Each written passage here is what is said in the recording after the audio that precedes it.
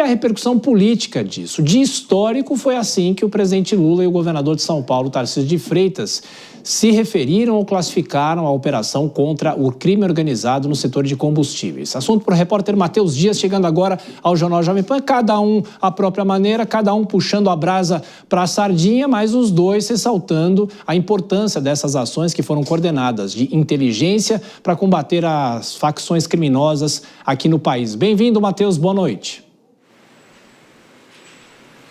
Oi, Tiago. Boa noite para você, boa noite a quem nos acompanha. Então, nos mesmos moldes da construção da ponte Santos-Guarujá, ou talvez da realocação das famílias da favela do Moinho, ou até das respostas ao tarifaço de Trump, agora um novo embate entre governo federal e governo do estado. Lula e Tarcísio disputam pelo protagonismo da criação desse projeto, dessa operação que, segundo o Ministério Público e também segundo a Receita, é a maior operação da história contra o PCC. Ao mesmo tempo, hoje, então, durante o dia, publicações e entrevistas foram dadas por ambos os lados, tanto o governo federal quanto o governo do estado, puxando cada um a sardinha para o seu lado, como você bem disse. Em Brasília, o ministro da Fazenda, Fernando Haddad, e o ministro da Justiça, Ricardo Lewandowski, falaram bastante e chamaram a atenção para a importância da PEC da segurança pública. Já aqui em São Paulo, o secretário de Segurança Pública, Guilherme Derrite, e também o secretário da Fazenda, Samuel Kinoshita, disseram que todo esse projeto, toda essa operação, nasceu aqui em São Paulo. Lula, por sua vez, publicou nas redes sociais. Lá ele disse que essa é a maior resposta do Estado brasileiro ao crime organizado da nossa história. Ele disse que o trabalho integrado, iniciado com a criação no Ministério da Justiça do Núcleo de Combate ao Crime Organizado, permitiu acompanhar toda a cadeia e atingir o núcleo financeiro que sustenta essas práticas. Tarcísio, governador de São Paulo, concorda apenas com a primeira parte, de que essa realmente é a maior operação da história. Mas em entrevista disse que os méritos e até todo o reconhecimento deve ser dado aos órgãos aqui do Estado. Vamos ouvir. A gente, desde 2023, está trabalhando na área de inteligência para mapear essa situação. E o crime organizado descobriu que lavar o dinheiro por meio do setor de combustíveis era um grande negócio. Então, muito dinheiro do tráfico internacional de drogas estava sendo lavado no setor de combustíveis. Foi deflagrado aí um grande trabalho de inteligência, né, que começou aí com a condução do GAECO, do Ministério Público aqui de São Paulo, com a Polícia de São Paulo. Então houve uma sinergia grande. Essas operações ilícitas foram sendo mapeadas e a gente teve a eclosão dessa operação hoje, da Carbono Oculto, que é uma resposta do Estado com relação a essa inserção do crime no setor de combustíveis. Pois é, então mais uma vez o embate entre governo federal e governo do estado pelo protagonismo. Tarcísio, que pode ser o principal nome a candidato à presidência pelo país pela direita em 2026, com o Bolsonaro ainda sendo inelegível, pode ser o principal rival de Lula, mesmo com as pré-candidaturas de Ronaldo Caiado, governador de Goiás, ou Ratinho Júnior, governador do Paraná. Mas Tarcísio é visto como principal nome, por mais que ele negue isso publicamente, diga que ainda está em busca da reeleição a governador de São Paulo. Só que, Tiago, as frequentes viagens a Brasília, as respostas ao tarifaço e também o embate frequente com o governo federal dizem o contrário, né?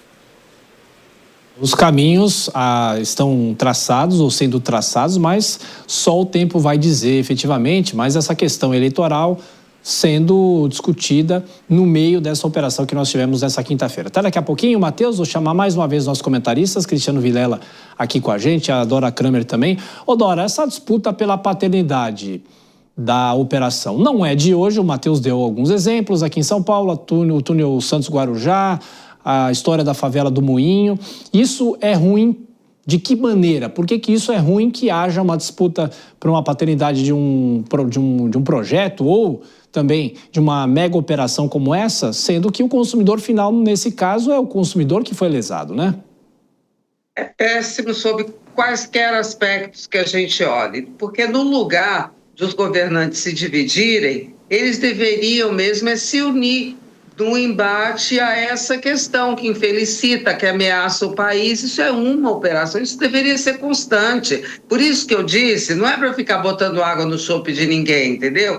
Mas é porque, poxa, Aí fica uma comemoração como se esse sistema criminoso tivesse sido desmontado. Não, se mostrou uma parte significativa, é verdade, mas uma parte dele, né? Então, isso deveria servir de ensejo para a união e não para a divisão. Ficar o governador do maior estado do país, presidente da República, puxando sardinha, por favor. Acho que realmente não seria hora disso. E não vai ser uma PEC da segurança, que aliás nem está andando no Congresso, que vai resolver o problema, né? Principalmente enquanto tiver, até porque essa PEC da segurança, ela está toda contaminada por esse embate que a gente viu aí protagonizado por dois governantes, ou se não os dois mais importantes do país, reivindicando a paternidade, como se isso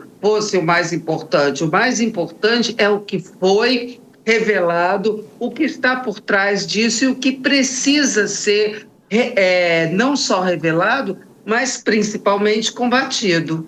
É claro, não é, Vilela, que a cadeia do setor de combustível é uma cadeia bilionária, não só no Brasil, mas em todo o planeta. O petróleo, a gente sabe que há um domínio. No caso aqui, tem a discussão do etanol, né, nessa operação, mas o ponto é o seguinte: e os outros setores? Outros setores, o crime organizado não está só nessa área. Exatamente.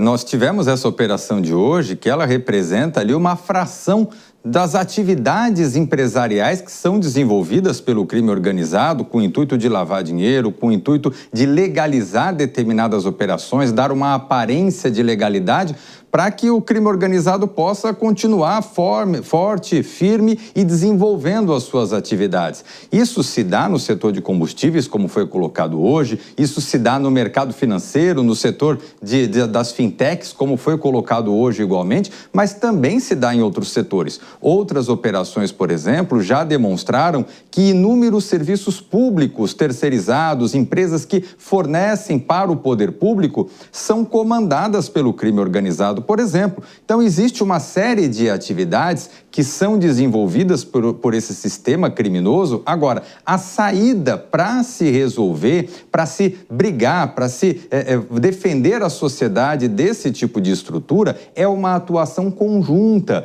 das forças policiais, das forças de investigação, do Ministério Público. Não dá para a gente ficar com cada organismo hoje querendo levar os louros desse tipo de operação. Ou o Estado brasileiro aprende a trabalhar de uma forma concertada, ou então, infelizmente, quem vai ganhar esse jogo vai ser o crime organizado.